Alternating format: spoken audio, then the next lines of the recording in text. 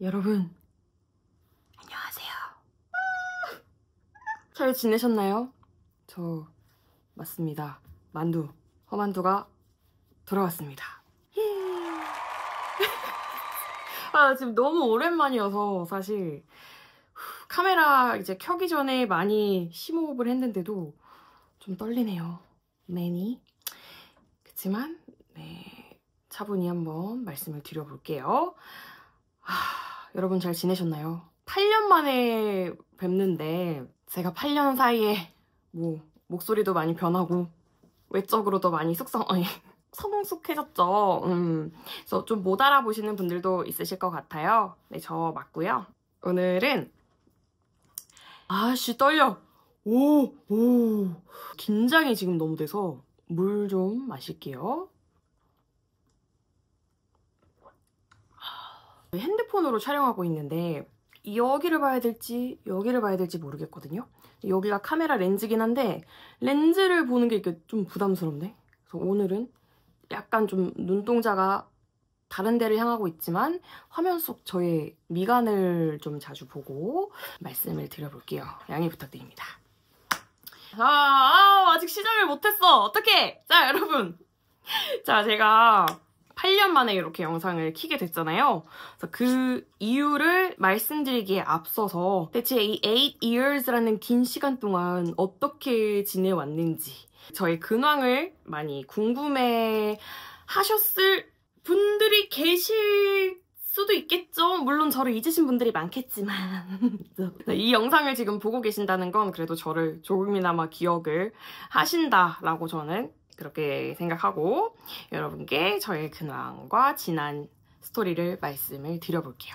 시간 순으로 좀 쪼개서 설명을 드릴게요. 일단 제가 좀 여러분한테 말씀드리다가 가사를 좀 많이 적을 것 같아가지고 제가 메모장에 좀 적어왔거든요. 좀 참고 좀 하면서 네, 설명드릴게요. 양해 오네가이시마스.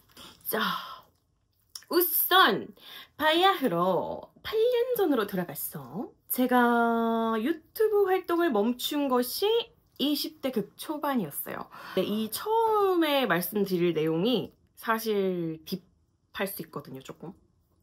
그렇게 많이는 아니고 조금. 근데 저에게 있었던 일 사실 그대로 말씀을 드리고 싶어서, 그리고 뭐 이제 너무 오래전 지난 일이어서 말씀을 못 드릴 게 없잖아요, 사실. 그래서 편하게 말씀을 드려볼게요. 자, 이제 찐 본론으로 들어가서 사실 20대 초반에 제가 유튜브를 그만두고 나서 그때 당시의 기억들은 지금 좀 많이 없어진 상태예요. 왜냐면 그때 당시 제가 양극성 장애라는 질환을 알았습니다.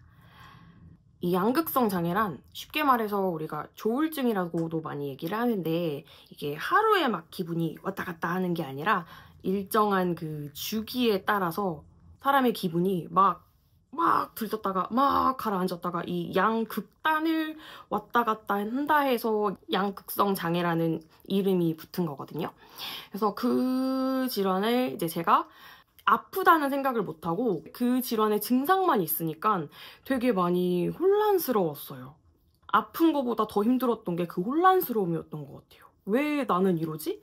내가 막 슬픈 일이 없는데 갑자기 기분이 저기 지하 한 500층까지 가라앉았다가 어느 날에는 갑자기 또 기분이 막 좋아져서 막 들뜨고 막 뭐든 할 수 있을 것 같고 이런 게 이제 며칠 간격으로 길게씩 이어지다 보니까 그때 되게 많이 제 스스로 너무 많이 혼란스러워서 뭔가 유튜브를 포함해서 그냥 일상생활이 좀 힘들었어요. 그때는 사실.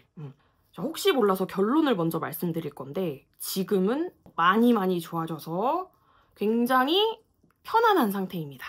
네, 이거 미리 말씀드릴게요. 내가 어떤 뭐 우울증이 있거나 뭐 양극성 장애가 있다 이걸 스스로 인식하는 걸 병식이라고 한대요. 근데 그때 당시에는 저는 그냥 제 성격이 이상한 줄 알았고 이게 무슨 마음의 병이야 어떤 질환이야 이런 생각조차를 안 했으니까 당연히 병원도 안 갔겠죠.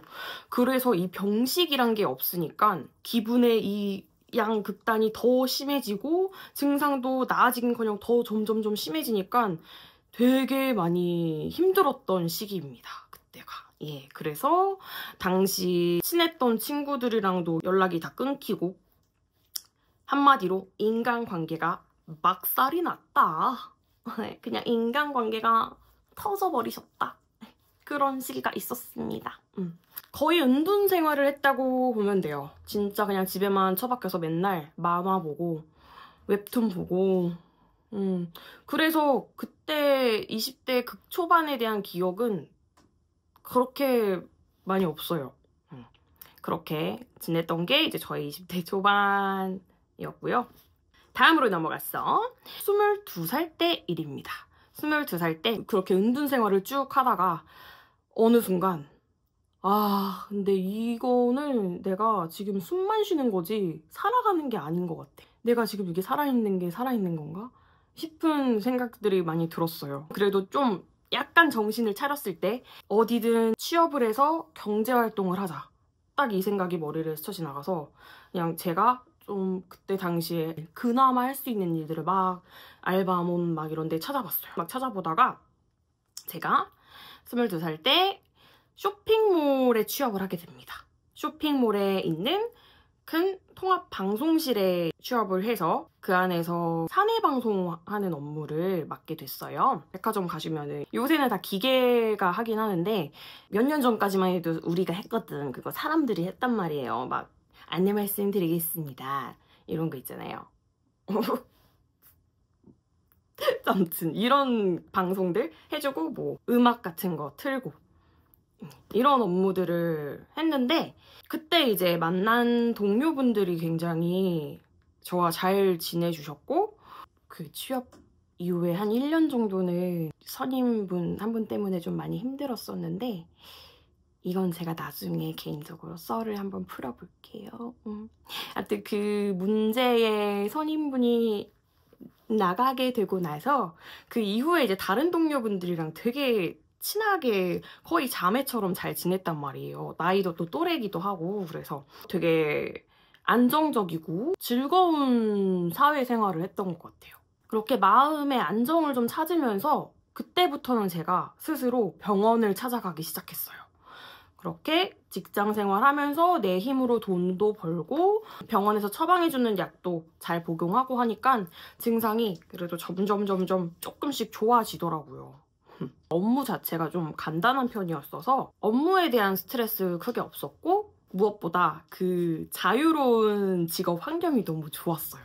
진짜 이런 말씀 드리면 좀 뭐하긴 한데 지금은 어차피 없으니까 그냥 말할게요.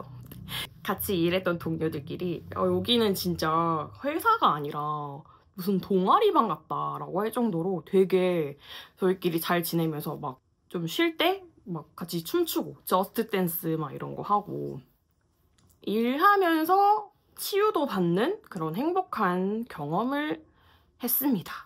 근데 사실 일적으로나 동료들이나 다 너무 좋았는데 한 가지 문제점은 그 일이 미래를 봤을 때 좀 비전은 없다라는 생각을 저뿐만이 아니라 이제 거기 계신 동료분들 모두가 느꼈어요. 그래서 가야겠다 하시는 분들은 하나둘씩 떠나는 거죠. 더 나은 미래를 찾아서 하나둘씩 떠나는 이제 동료들을 보면서 저는 너무 부러움과 동시에 나는 근데 나갈 수 없어. 나는 못 나갈 것 같아. 왜냐면 여길 나가면 또 지옥이겠지. 또 그 지옥 같은 은둔 생활을 하게 되겠지? 이런 공포감이 되게 커서 그냥 거기에만 안주하고 있었던 것 같아요. 그러면 안 됐지만 네 그렇게 3년 반이라는 시간 동안 거기에 근무를 했는데 심지어 이제 3년 반 하고 나오게 된 것도 제 발로 나온 게 아니라 방송실이 뺑 터져버리셨다. 제가 아까 요새는 백화점에서 기계들이 방송한다고 했잖아요. 저희가 사라진 이유도 비슷합니다. 굳이 이렇게 많은 인원이 한 쇼핑몰에서 이렇게 방송을 담당할 필요가 없을 것 같다.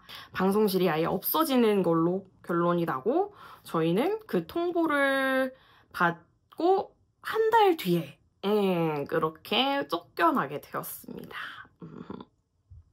눈물. 그렇게 강제적으로 저는 다시 백수가 되었고요. 쇼핑몰에 나오고 나서 제가 어땠겠어요. 또 은둔 생활을 또 들어갔겠죠. 근데 그렇게까지 은둔은 아니었어요. 그 전에 제가 진짜 집에만 짱 박혀서 아무것도 안 하고 맨날 웹툰 보고 만화 보고 이럴 때랑은 좀 다르게 그래도 그때 당시에는 남자친구가 있는 상태였고 조금 약물 치료를 받으면서 증상이 어느 정도 완화된 상태였기 때문에 약간 세미 은둔? 세미 히키?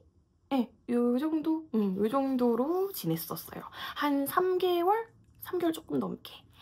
그렇게 지내다가 3개월이 넘어가는 시점부터는 다시 한번 내가 살 길을 찾아보자 해서 병원을 계속 꾸준히 다니면서 이제 자기 개발을 진짜 해봐야겠다.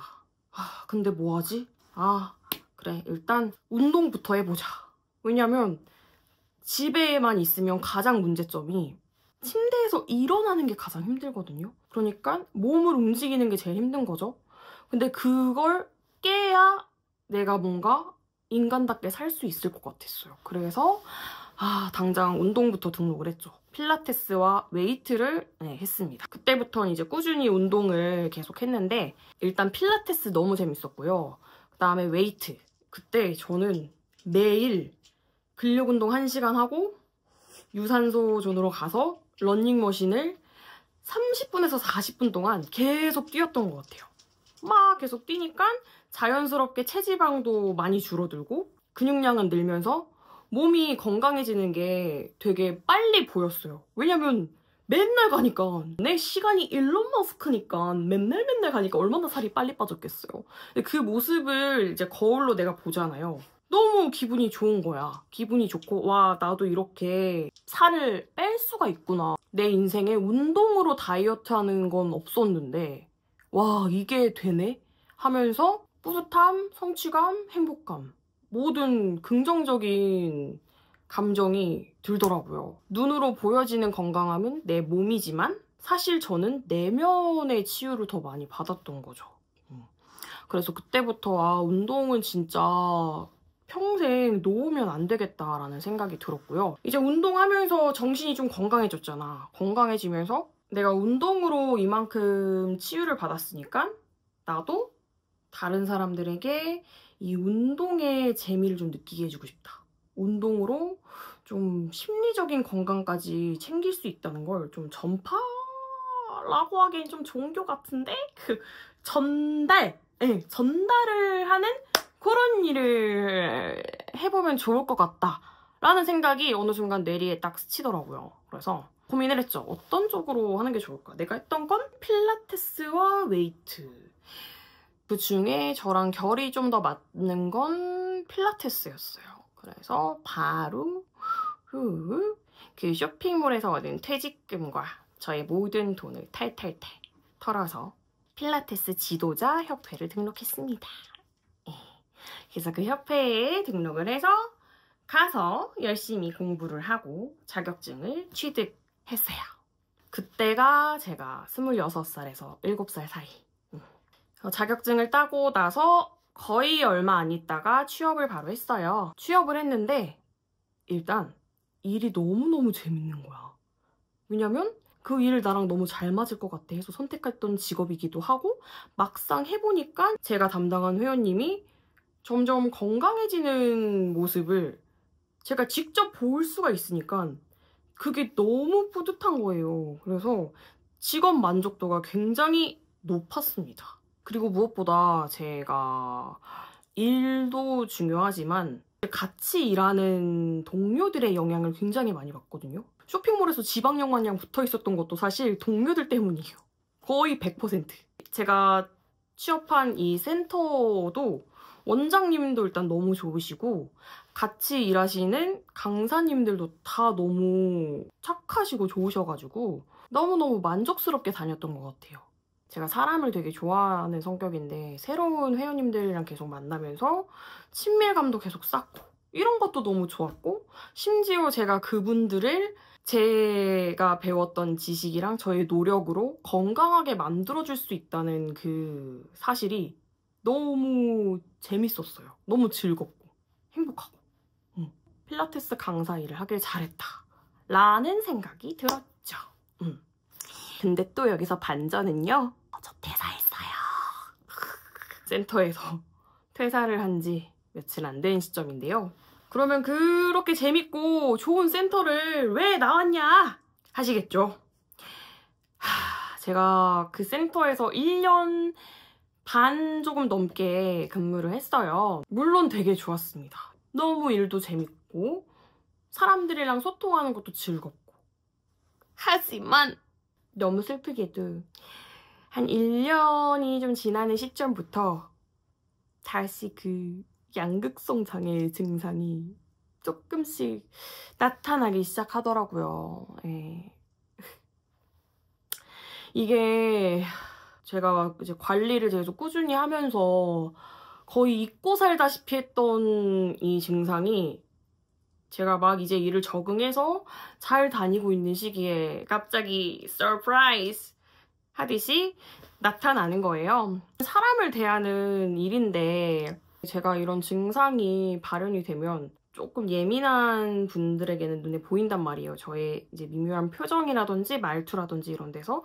근데 이걸로 문제는 크게 없었는데 제가 걱정이 되는 거죠. 회원님이 불편감을 느끼실 수도 있고 아니면 제가 너무 힘들어서 이것 때문에 스케줄을 변경하거나 취소하거나 이런 상황이 생길 것 같은 거예요.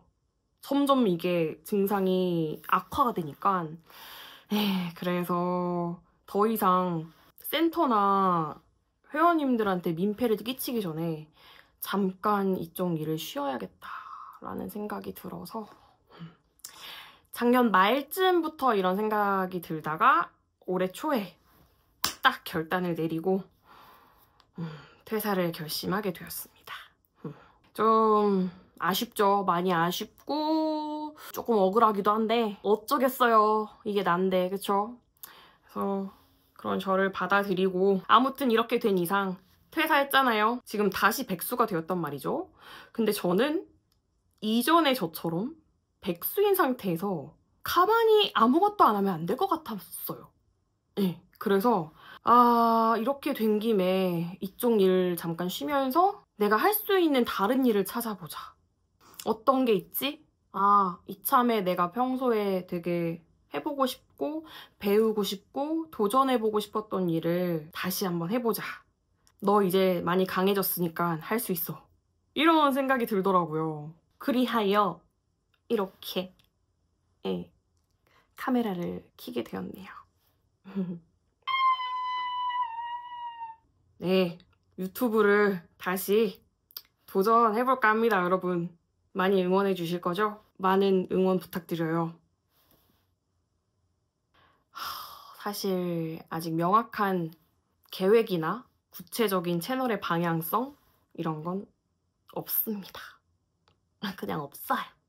그냥 없어요. 일단 저는 여러 가지 좀 다양한 걸 많이 시도해보고 싶었어요.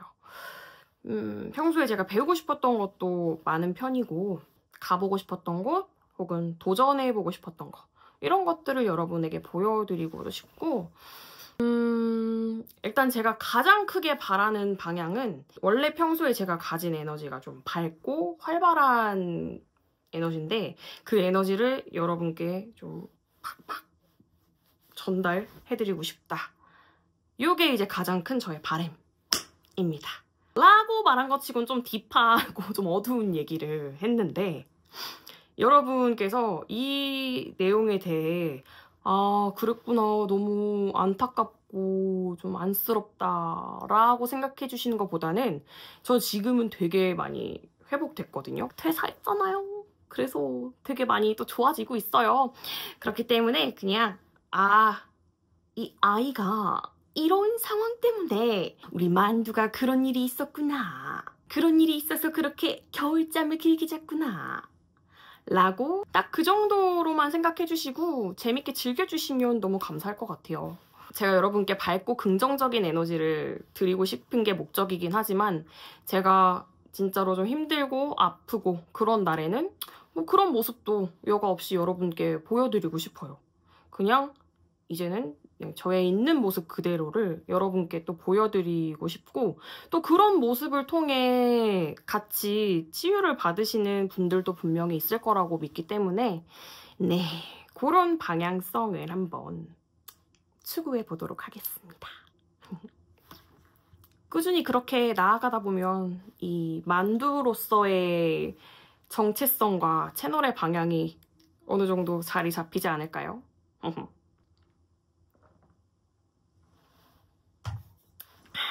네, 저의 지난 히스토리는 여기까지 말씀을 드릴게요. 사실 아직 못다한 얘기가 많긴 한데 앞으로 우리 오래 볼 거니까 그 얘기는 차차 풀어가 보도록 할게요. 저에 대해 또 다른 궁금하셨던 점이나 하고 싶으신 말들은 댓글에 적어주시면 제가 열심히 확인을 하겠습니다. 예, 아무쪼록 여러분 앞으로 펼쳐질 저의 야무진 하루들을 즐겁게 봐주시면 감사하겠습니다. 오늘 이만 여기서 마칠게요. 그럼 이만 곧 또 만나요.